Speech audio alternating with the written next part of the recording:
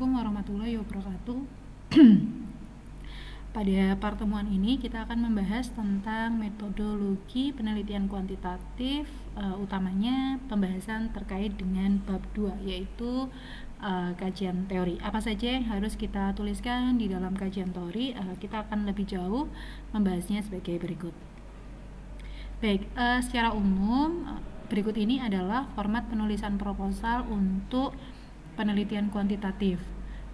Format proposalnya meliputi judul, pendahuluan, kemudian ada landasan teori, kemudian metodologi metode penelitiannya, daftar pustaka sementara, outline daftar isi, jauhan penelitian, dan lampiran. Hari ini kita akan lebih jauh membahas tentang apa saja yang terkait dengan landasan teori. Jadi di landasan teori apa saja yang perlu kita tunjukkan atau tuliskan di sana akan kita bahas lebih lanjut sebagai berikut.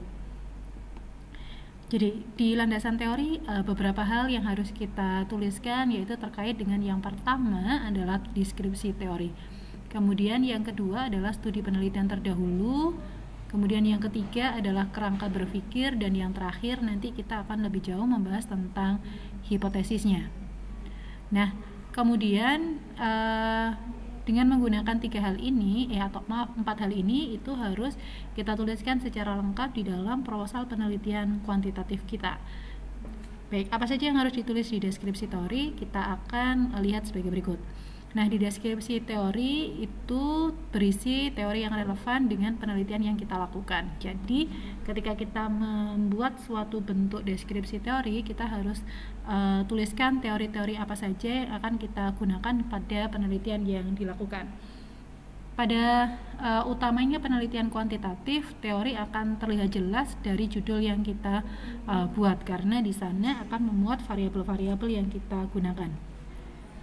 Kemudian pada deskripsi teori ini kita akan memaparkan teori dari variabel-variabel penelitian yang kita gunakan.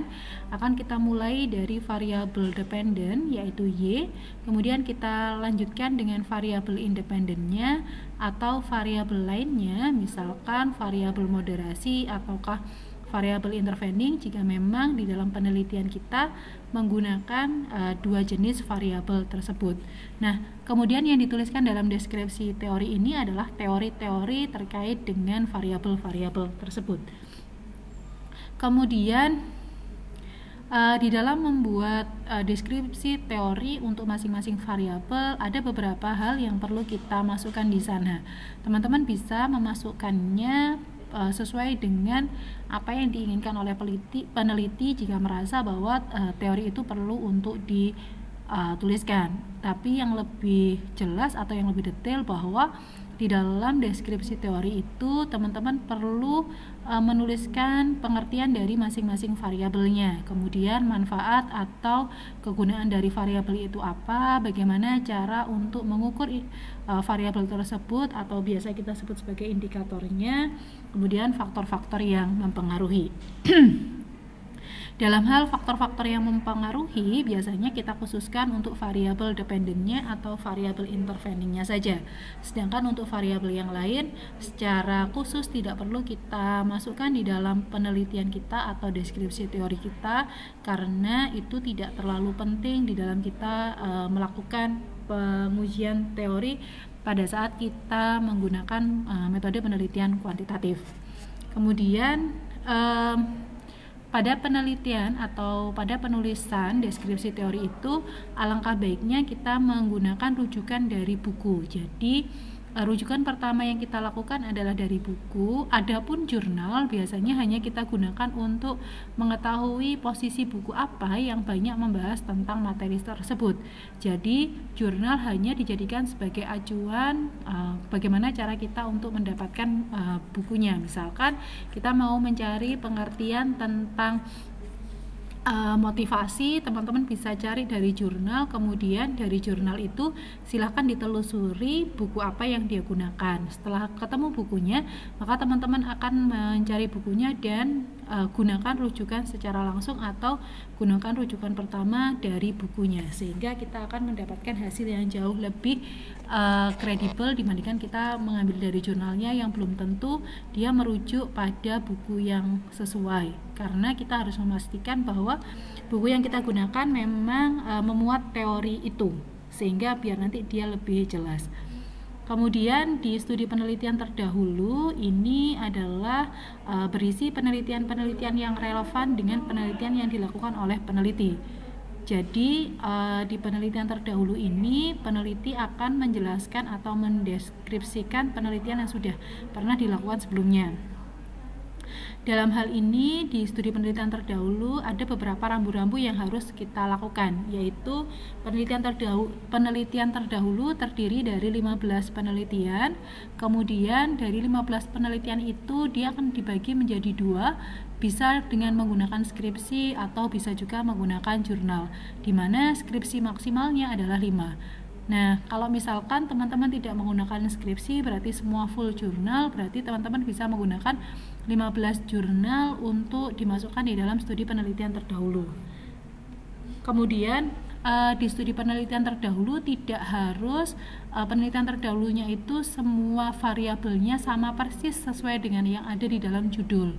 Boleh teman-teman menggunakan variabel yang berbeda asalkan ada satu variabel X dan satu variabel Y yang sama di dalam penelitian terdahulu yang digunakan, sehingga kita lebih gampang untuk mengidentifikasi persamaan dan perbedaan kita dengan penelitian-penelitian sebelumnya, sehingga kita bisa lebih enak melihat dari mana posisi penelitian kita saat ini. Kemudian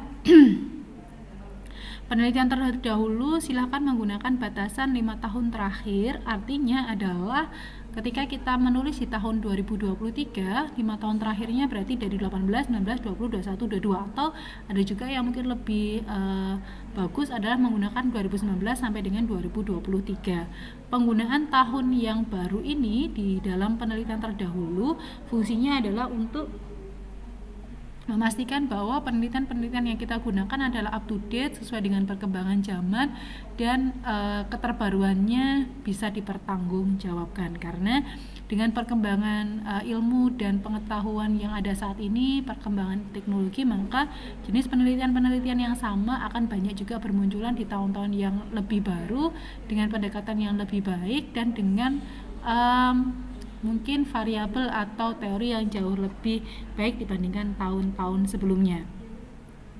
Kemudian di dalam penelitian kuantitatif, 15 penelitian terdahulu disusun dengan menggunakan tabel sesuai dengan panduan yang ada di dalam buku pedoman.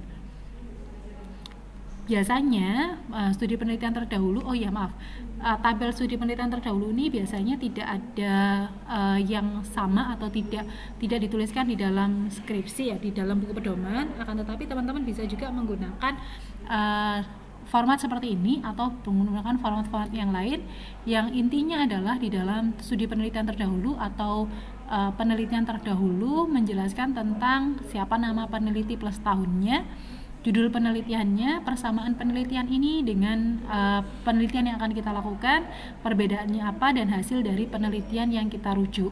Kemudian footnote silakan diletakkan di dalam bagian hasil penelitian, karena di bagian hasil penelitian bukan merupakan pikiran kita dan merupakan pikiran dari peneliti, sehingga harus kita masukkan footnote-nya di sana. Kemudian setelah kita bicara tentang studi penelitian terdahulu, kita akan bicara kerangka berpikir. Kerangka berpikir ini diturunkan dari teori, kita teorikan dari rumusan masalah dan tujuan dari penelitian. Jadi kerangka berpikir ini dibuat dengan memperhatikan teori dan konsep yang sesuai dengan permasalahan yang diangkat dalam penelitian. Jadi kerangka berpikir ini harus dituliskan dengan memperhatikan teorinya, konsepnya bagaimana, kemudian kerangka berpikir ini menjelaskan secara teoritis pertautan atau hubungan antara satu variabel dengan variabel yang lain atau variabel-variabel yang kita teliti. Biasanya bentuk-bentuk kerangka berpikir ketika kita menggunakan analisis regresi dengan menggunakan 3 buah variabel bisa seperti ini, X1, X2, X3 ke Y, di mana kita tuliskan juga H1, H2, H3, H4 untuk mempermudah hipotesis yang kita gunakan. Ada juga yang menggunakan bentuk seperti ini, meskipun tadi tidak saya tuliskan. Ini adalah bentuk intervening, misalkan teman-teman menggunakan bentuk intervening. Ini juga bisa menggunakan bentuk intervening, bisa dengan menggunakan format yang pertama atau dengan menggunakan format yang kedua. Nah, untuk pendekatan yang pertama, yang kerangka berpikir ini maupun kerangka berpikir yang kedua, alangkah baiknya ketika teman-teman melakukan analisisnya dengan menggunakan pendekatan partial least square model, karena dia akan memberikan hasil yang lebih baik dibandingkan kita menggunakan pendekatan regresi yang mungkin cenderung lebih tidak terlihat hubungan secara keterhubungannya gitu ya, misalkan. Kemudian bisa juga menggunakan bentuk model yang seperti ini apabila dia adalah variabel moderasi. Jadi moderasi antara X1 dengan M, X2 dengan M, kemudian X3 dengan M memoderasinya. Jadi bisa juga menggunakan format yang seperti ini. Atau dengan menggunakan format yang seperti ini, X1M, X2M, dan X3M.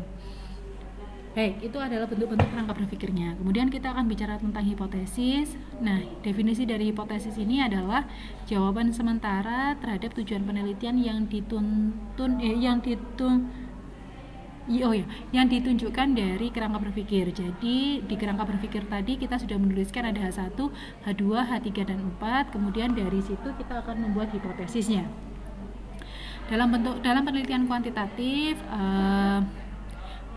ketika kita menulis rumusan masalah, tujuan, kerangka berpikir, dan hipotesis itu harus konsisten. Konsisten maksudnya adalah ada keterhubungan yang jelas antara rumusan masalah, tujuan, kerangka berpikir, dan hipotesis. Jadi ketika di rumusan masalah kita meneliti tentang 5 hal, maka tujuannya juga 5, kerangka berpikirnya juga akan melihat ada 5 garis misalkan ya, dan di hipotesis juga akan dibuat 5 pasang hipotesis. Secara umum hipotesis akan dituliskan menggunakan 2 pernyataan, yaitu H0 dan HA, dan untuk mempermudah dalam menentukan hipotesis dalam rumusan masalah tertentu, biasanya kita akan memberikan nomor dari rumusan masalah tersebut. Jadi misalkan H01, HA1, H02, HA2, dan seterusnya. Baik, itu sedikit informasi. Kemudian ada beberapa hal yang perlu diperhatikan ketika kita membuat hipotesis.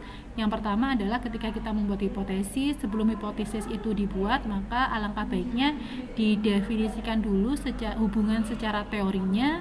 Kemudian kita kembangkan juga berdasarkan hasil penelitian-penelitian terdahulu, baik itu penelitian terdahulu yang mengatakan terdapat hubungan ataupun tidak terdapat pengaruh, ataupun yang tidak terdapat pengaruh, atau yang pengaruh negatif atau yang pengaruh positif. Tujuannya agar mempermudah kita bahwa pengujian hipotesis pun bisa diterima atau bisa juga ditolak, sehingga kita bisa membuat hipotesis H0 dan hipotesis alternatifnya.